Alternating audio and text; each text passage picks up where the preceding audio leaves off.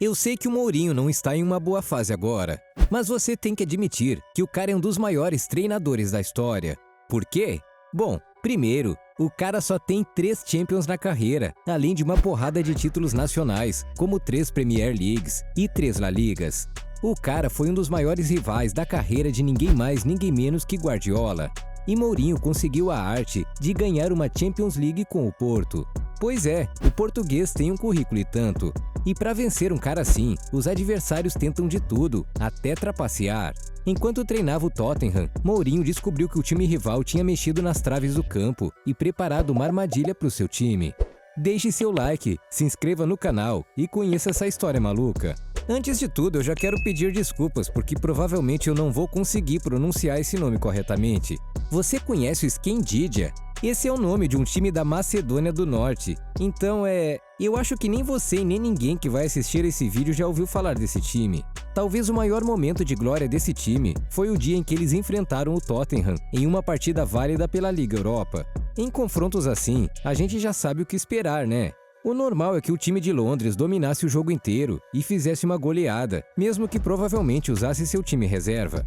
Na verdade, jogos assim nem sequer são muito assistidos, porque todo mundo já sabe o final. Mas quem estava assistindo a esse jogo que aconteceu lá na Macedônia teve uma surpresa antes do jogo. Mourinho conta que antes do jogo começar, seus goleiros foram até ele para reclamar das traves. Logo de cara, o português já sentiu que havia algo de errado. As traves são iguais no mundo todo, né? O que poderia ter de estranho? Mourinho resolveu ver com seus próprios olhos o que tinha de diferente nas traves e quando se aproximou, percebeu logo de cara o que aconteceu. E bem, acho que com essa foto, você também vai entender logo de cara qual foi a armação feita pelo time da Macedônia. Mourinho é um grande técnico, mas essa parte do grande não pode ser relacionada com a sua altura. O português tem exatamente 1,76 m de altura, então é óbvio que normalmente ele não ficaria tão perto do travessão assim. As balizas têm dimensões estipuladas pela FIFA de exatamente 2,44 metros de altura e 7,32 metros de largura. Só que o time macedônico tentou burlar essa lei, colocando traves bem mais baixas que o normal. Cara, fala sério!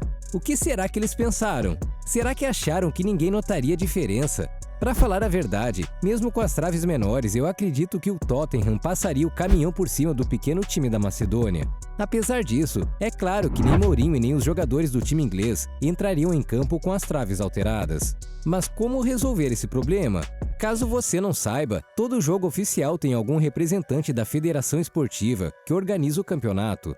E como aquele era um jogo válido pela Liga Europa, é claro que havia um representante da UEFA lá.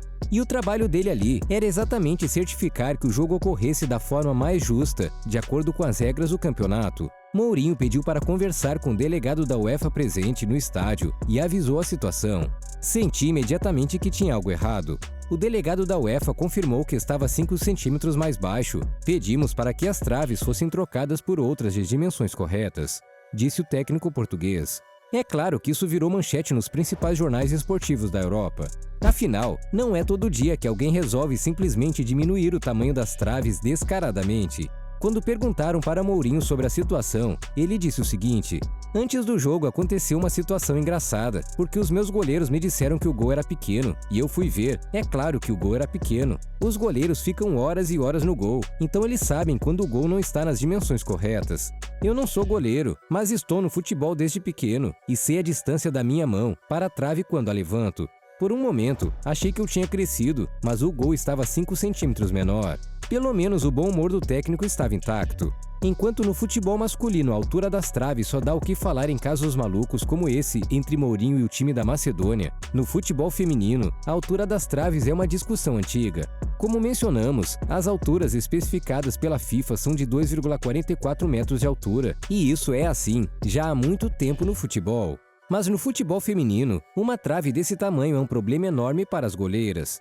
Basta procurar um pouco por aí para ver vários lances em que as goleiras estão bem posicionadas, fazem um movimento certo e mesmo assim não conseguem alcançar um chute no canto do gol, mesmo se esticando ao máximo.